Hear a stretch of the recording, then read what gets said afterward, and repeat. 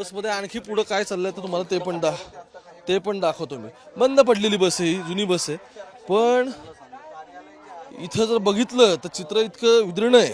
हे बघा काय, हा शिवसैनिक आहे तुम्ही ना? हे बघा ना, हा या युती सरकारच्या काळातला आणि पर्यावरण मंत्र्यांनी इकडं गृहमंत्र्यांनी लक्ष द्यावं की हा स्वारगेट डेपो आहे का स्वारगेट लॉज आहे.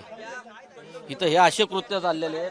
हे काय हे बघा, या साड्या आहेत इथं या पॅन्टी पडलेल्या आहेत अशा, आणि कॉन्डोमचे पाकिटं पडलेले आहेत. म्हणजे हा प्रायव्हेट लॉज केलेला आहे यांनी, इथं हा डेपो नाहीये.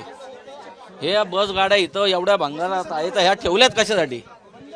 आमच्या लाडक्या बहिणींना त्यांचे 1500 रुपये नको आहेत, त्यांना त्यांची चांगली सुरक्षा आणि त्यांचं व्यवस्थित संगोपन झालं पाहिजे, बस आमची एवढीच इच्छा आहे. त्यासाठी आज आम्ही इथं निषेध मोर्चा काढला आणि त्यासाठी आम्ही तिथं केबिनही फोडले त्यांचं. काय बसमध्ये खतरनाक चित्र आहे. हो हो, एस टी स्थानकात एखादी बंद पडलेली बस किती दिवस ठेवावी याचं भान पाहिजे.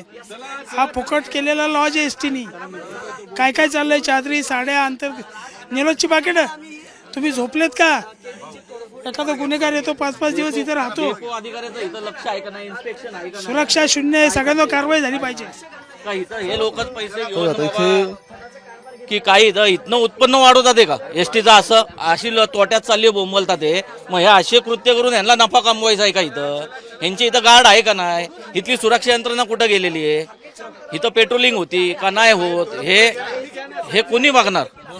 काय बघा, शिवसैनिकांनी इथं आंदोलन केलं उद्धव ठाकरेंच्या सगळ्या. मग ह्या बसमध्ये नक्की काय घडतंय ते पण दिसलं. अगदी बाजूलाच आहे, म्हणजे काय फार लांब नाही ही बस इथून, आणि हे इथे आता सगळे पोहोचतात.